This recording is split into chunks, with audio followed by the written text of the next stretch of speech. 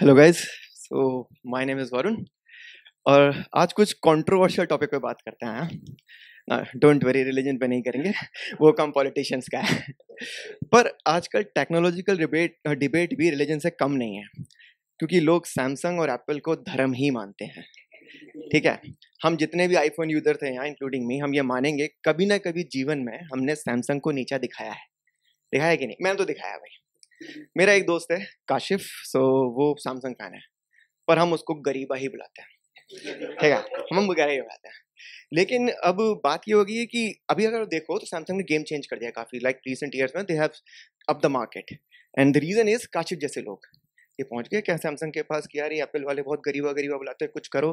तो सैमसंग वालों ने कहा पंकज त्रिपाठी स्टाइल में करते हैं कुछ प्रबंध। तो उन्होंने किया क्या, फोन की प्राइस बढ़ा के एप्पल के बराबर कर दी, 1200 पाउंड। ये बात वापस से रोते रोते पहुंच गए, इतने तो पैसे नहीं है मेरे पास। तो सैमसंग ने कहा भाई अच्छा फिर कुछ करते हैं। फिर सैमसंग ने स्टार्ट किया डील्स का गेम। उन्होंने कहा इस डेट से पहले फ़ोन ले ले, 200 पाउंड ऑफ। ये अभी भी खुश नहीं है। तो सैमसंग ने कहा तेरे हाथ में जो घटिया एंड्रॉइड का फ़ोन है ना, जो बाहर कोई 50 पाउंड में नहीं खरीद रहा, मुझे दे दे 250 में, मैं ले लूँगा। अब थोड़ा थोड़ा खुश हुए, लेकिन फिर भी ये इतने खुश नहीं बोले कि यार एप्पल वाले एयरपोर्ट से हमको चला रहे हैं। तो उन्होंने कहा तू ईयरबड भी फ्री में लेके जा यार, तू लेके जा बस यहाँ से। तो ये सब होने के बाद जब ये वापस फ्रेंड्स के ग्रुप में आए तो अभी चौड़ में आए, बोले कि अभी हम वो सैमसंग वाले गरीबा नहीं रहे भाई, अभी हमको चाहिए फुल इज्जत।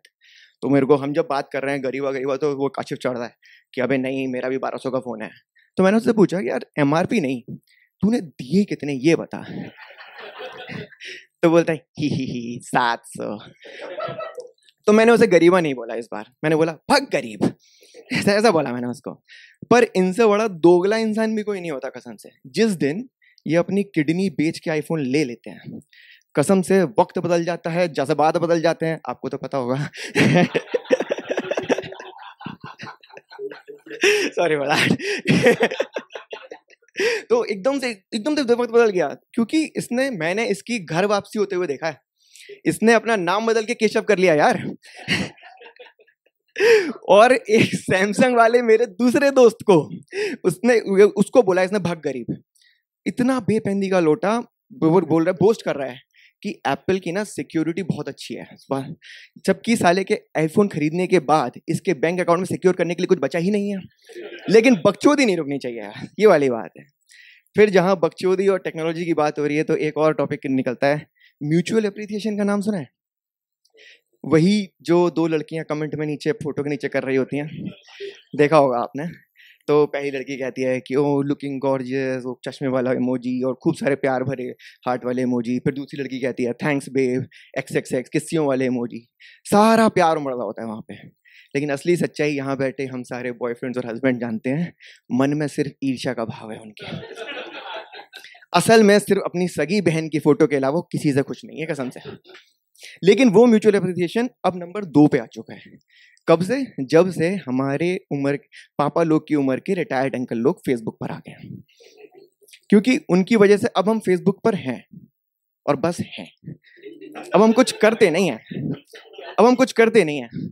उसके लिए हमने इंस्टा रखा हुआ है और हमने ये कसम खाई है इंस्टा पे उनको नहीं आने देंगे, बिकॉज फेसबुक पे जब आया था तो we just didn't know what was coming, है ना। अब हमको पता ही नहीं था क्या आने वाला है, पर नाउ वी नो।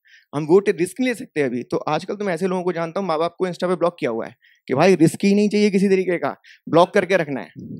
अभी मुझे बाकी जगह तो नहीं पता, पर हमारे यूपी के जो अंकल लोग हैं वो फेसबुक पे कतई जहर बो रहे हैं, मतलब जहर बो रहे हैं वो।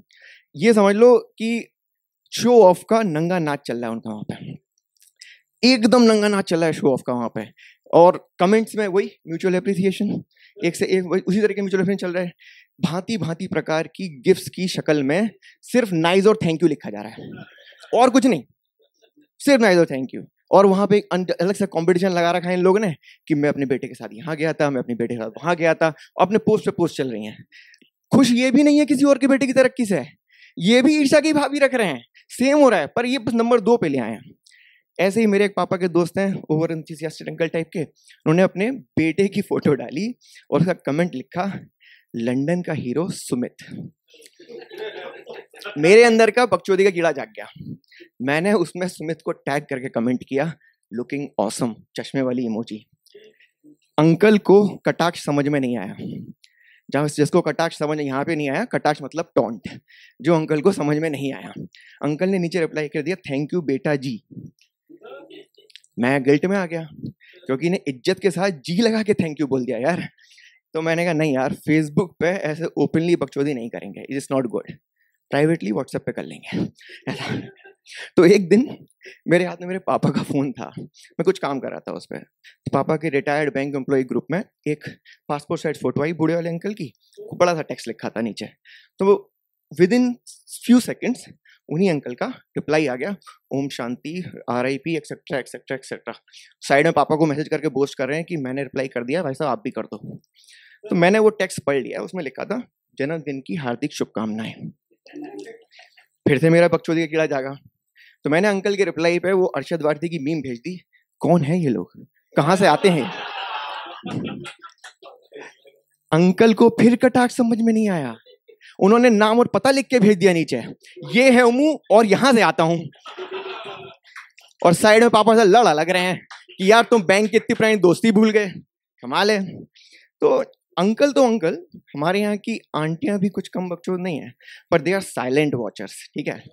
मेरी एक नेबर आंटी है, शीला आंटी, मतलब हाँ शीला की जवानी वाली नहीं है पर है आंटी, शीला आंटी। बहुत हर चीज़ में घुसना उनको, उनका ऐसा है कि भाई मुझे तो सब में घुसना ही घुसना है, जो भी मिल जाएगा मुझे, मैं मिल जाऊंगा, किसी बेटा बेटी सबसे पूछेंगे बेटा आप क्या करते हो, बेटी आप क्या करते हो। और जीवन में एक ही रोना है उनके कि ये रिंकी के पापा ने हमको जॉब नहीं करने दी, नहीं तो आज हम भी अफसर होते हैं, ऐसा यही उनका चल रहा है। तो because she watches everything on Facebook. मेरी शादी को 2 साल हुए थे, तो 2 साल के बाद मम्मी के पास आई, बोली फेसबुक पर हमने देखा बहू पेट से नहीं लग रही है, ये लीजिए डॉक्टर का नंबर। इनको हमारी फैमिली प्लानिंग से कोई मतलब नहीं है, इनकी अलग प्लानिंग चल रही है। ये तो फिर और कुछ साल बीत गए, तो अभी मेरा डिवोर्स हुआ भी नहीं था, ये रिश्ता लेके आ गई कि बहू अब फोटो में दिखती नहीं है, भाभी जी ये रिश्ता देखेंगे आप ऐसा। इनकी अलग मैं इंप्रेस हो गया आंटी से। मैंने कहा आंटी क्या खतरनाक आपका स्किल है यार, मतलब आप कहाँ अपना टैलेंट वेस्ट कर रही हो यार। मेरी कंपनी में डेटा एनालिस्ट की पोजीशन ओपन है, यहाँ आओ आप। अब प्रॉब्लम ये है आंटी भी यूपी से हैं, कटाक्ष इनको भी समझ में नहीं आया। बोली बेटा वो रिंकी के पापा ने ना हमको जॉब नहीं करने दी, नहीं तो हम भी आज अफसर होते। Thanks guys, that's my time, thanks.